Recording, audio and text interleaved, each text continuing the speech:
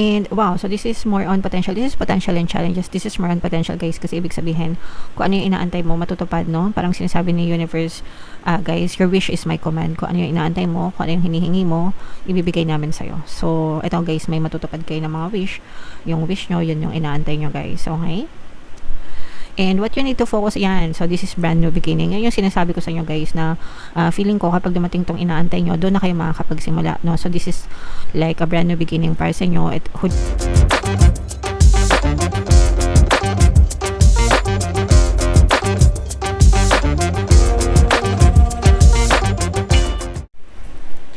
Hello guys, hello Scorpio, welcome back to Pinay Pixie Tarot. Ang pamagat ng episode natin for tonight is story mo ba to? Ito yung isang timeless reading, mga kapixie, para sa Scorpio, Sun, Moon, Rising sign, and Venus. Sa reading na to, guys, titingnan natin where you are right now, mga potential and challenges nyo, what you need to focus on, mga kapixie, yung past, present, and future energy nyo, mga suggested approach, and yung potential future ng story nyo.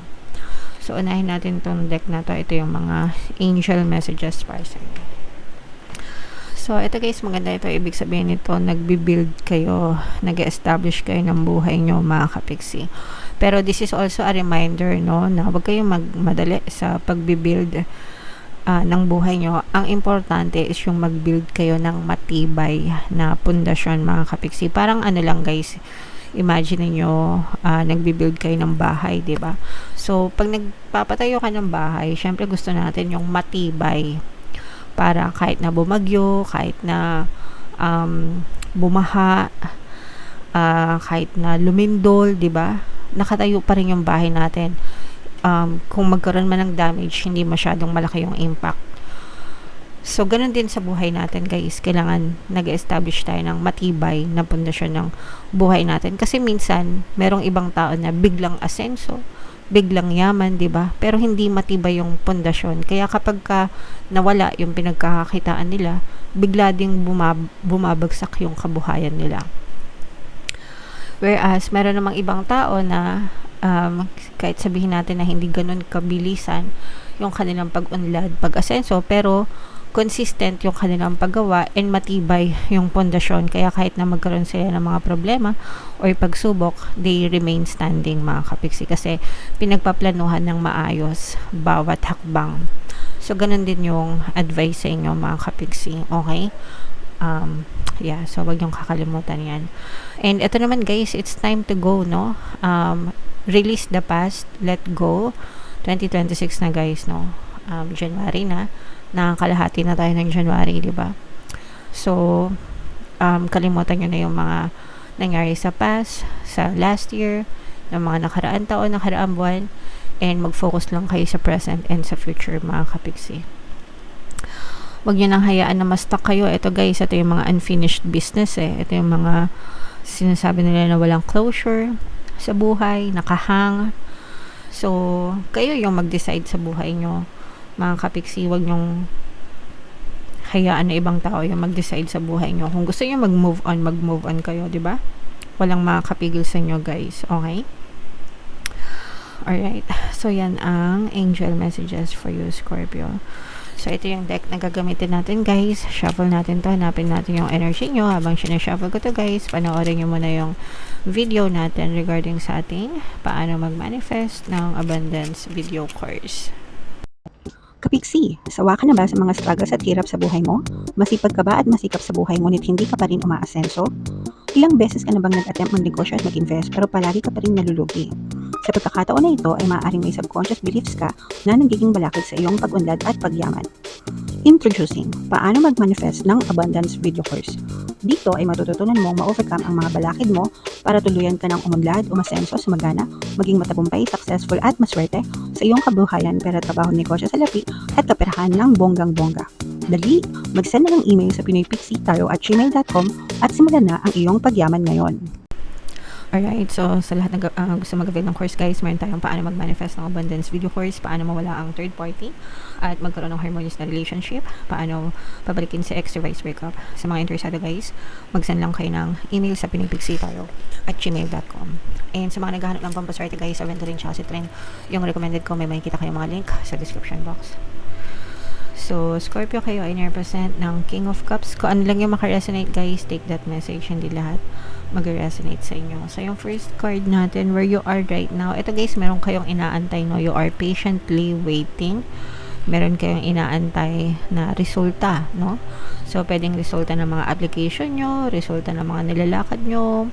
Pwede nag-aantay kayo ng kontrata, nag-aantay kayo ng buyer, nag-aantay kayo ng kliyente, whatever guys. Pero meron kayong inaantay, mga kapiksi.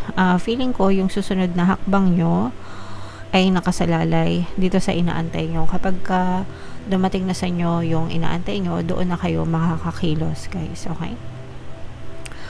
And wow, so this is more on potential. This is potential and challenges. This is more on potential guys, kasi ibig sabihin kung ano yung inaantay mo matutupad, no? Parang sinasabi ni universe, guys, your wish is my command. Kung ano yung inaantay mo, kung ano yung hinihingi mo, ibibigay namin sa'yo. So eto guys, may matutupad kayo ng mga wish. Yung wish nyo, yun yung inaantay nyo guys, okay? And what you need to focus, yan. So, this is brand new beginning. Yan yung sinasabi ko sa inyo guys na feeling ko kapag dumating tong inaantay nyo, doon na kayo makakapagsimula, no? So, this is like a brand new beginning para sa inyo. At hudyat ng bagong simula para sa inyo. Mga kapiksi, nararamdaman ko rin yung excitement nyo guys, yung pagiging masaya. Yeah, so very excited kayo mga kapiksi. And eto guys, yung recent past nyo, talagang pinag-isipan nyo ito mabuti, pinagplanuhan nyo, tinimbang nyo mabuti kung yan ba talaga yung gusto nyo. Kaya kahit na matagal dumating, patiently waiting talaga kayo guys, kasi ramdam na ramdam natin na gustong gusto nyo talaga to, guys. And yung greatest strength nyo, may ano kayo guys, may vision kayo, yun yung greatest strength nyo. Kumbaga, ibig sabihin na may vision, meron kayong pangarap, meron kayong hindi lang basta pangarap guys, matayog na pangarap, no? Meron kayong gustong puntahan talaga mga kapiksi sa buhay, meron kayong gustong marating, and doon, kumbaga doon, yun yung nagiging inspirasyon nyo to do better, yun yung nagiging inspirasyon nyo para mag-antay, magtiyaga, no? Hanggang sa talagang, alam nyo yun, eventually mararating nyo rin yan unti-unti mga kapiksi, okay? Especially guys, yung mga nararamdaman ko dito is more on abroad, more on gusto mag-migrate sa ibang bansa or lumipat ng ibang lugar na mas maganda. Kunwari, nasa lugar kayo na parang medyo magulo, matao, maingay, alam niyo na yung ibig sabihin. Parang mas gusto nyong malipat sa lugar na tahimik, na mapayapa, maunlad, yung mga ganun, okay?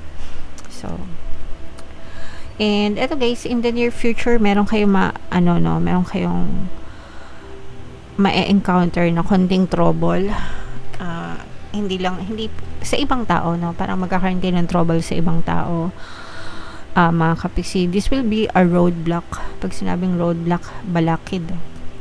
So, parang matetest yung patience nyo, matetest yung commitment nyo dito sa mga desires nyo mga kapiksi. And okay lang naman yan guys, kasi wala namang journey or paglalakbay na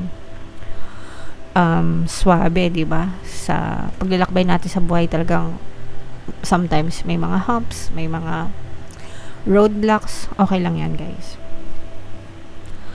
And yung suggested approach guys, kailangan nyo mag-invest sa sarili nyo, no? Sa sarili nyong karunungan, sa sarili nyong karanasan, guys, kasi dito parang nararamdaman natin na ikaw yung tao na makakatulong sa sarili mo.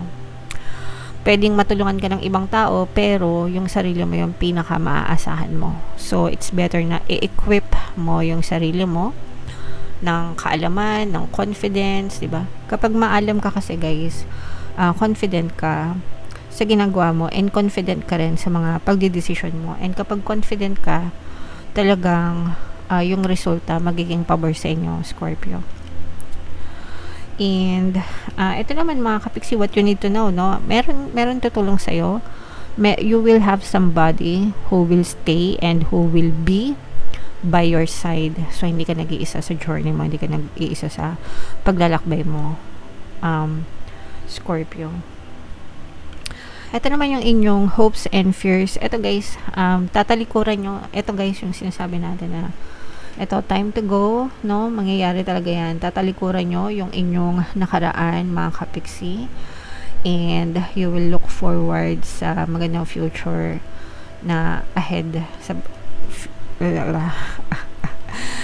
nice future ahead of you or bright future ahead of you. So, may mga ibig sabihin, may mga kailangan kang bitawan, may mga kalimutan kang i-let go, may mga kailangan kang kalimutan. Which is definitely your past para mas magtuloy-tuloy yung magandang future nyo. Scorpio. And, yung potential future, eto guys, nasa tamang daan ka, nasa tamang direction ka. So, ituloy-tuloy mo lang yan. Kahit mga baby steps pa yan, mga kapiksi, kahit maliliit na hakbang, as long as you show up for yourself every day, no? Palagi nyo yung naririnig sa akin kasi ganyan din yung ginagawa ko, mga kapiksi. Basta nag-e-effort kayo araw-araw, you show up for yourself every day, hindi kayo tinatamad, diba? You are getting one step closer and closer to your goals, mga kapiksi. Yan ang palagi nyo tatandaan. Basta humahakbang kayo. Okay? Alright. So, comment down below, guys, if naka-resonate kayo dyan. Ito, i-main mo nyo na itong mga wishes coming true, mga kapiksi, na yung mga pagtupad sa mga pangarap nyo, guys. Ito naman, tinignan naman natin yung mga emosyon na nakapaloob sa inyong romantic na relationship, Scorpio. Kung ano lang yung maka-resonate sa inyo, guys, take that message kasi hindi lahat ay mag-resonate. Iba-iba kayo ng energy, guys. So, dito, mga kapiksi, this is both positive and negative. Itong positive, guys, ibig sabihin nito, proud sa relationship, proud sa karelasyon. Ibig sabihin, pinagmamalaki, no? Pwedeng pinagmamalaki mo yung person mo or pinagmamalaki ka niya sa ibang tao. And, nandun yung satisfaction, nandun yung kasiyahan. Syempre, pag proud sa'yo yung person mo, diba, masarap sa pakiramdam, mga kapiksi. Yung iba kasi tinatago, lalo na yung mga kabet. Yung mga kabet masyadong hopeful na ipagmalaki sila. So, ayan, no? Ito naman, mga kapiksi, ito naman medyo nasa negative. Itong curious na to, guys. Pwedeng nagsisimula pa lang yung relationship or nasa situationship pa lang and parang curious kung hanggang saan aabot yung relationship na to, kung magiging romantic relationship ba talaga or hanggang situationship na lang. Pero nandun yung interest, no? Nagpapakita ng interest, nagpapakita ng sabihin nating motibo, ganyan. So, for some of you, may ganitong klaseng energy.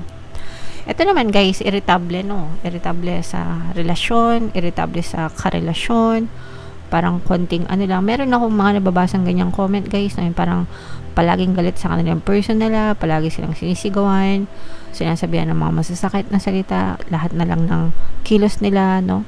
Binibigyan ng pangit na kahulugan. So, for some of you, pwedeng ganun yung nangyayari sa relasyon nyo. Kapag ka ganun, ibig sabihin negative yung energy sa relationship, mga kapiksi. So, kapag negative, makakatulong, guys, yung ating mga relationship subliminals kung gusto nyong maayos yung mga relasyon nyo. Kasi, ginawa ko naman talaga yung mga subliminals na yun para makatulong sa inyo. And libre lahat yun dito, guys. Okay? Alright. So, comment down below, Scorpio, if feeling nyo naka-resonate kayo dyan, yung mga magaganda, i-mind nyo na, guys, sa comment section. Ito yung ating 2026 kapalaran. Ito naman yung ating success stories ng paano mag-manifest ng abundance video course. Click here to subscribe, guys. Thank you for liking, sharing, and subscribing. See you next time. I love you all. Have a nice day. Bye-bye.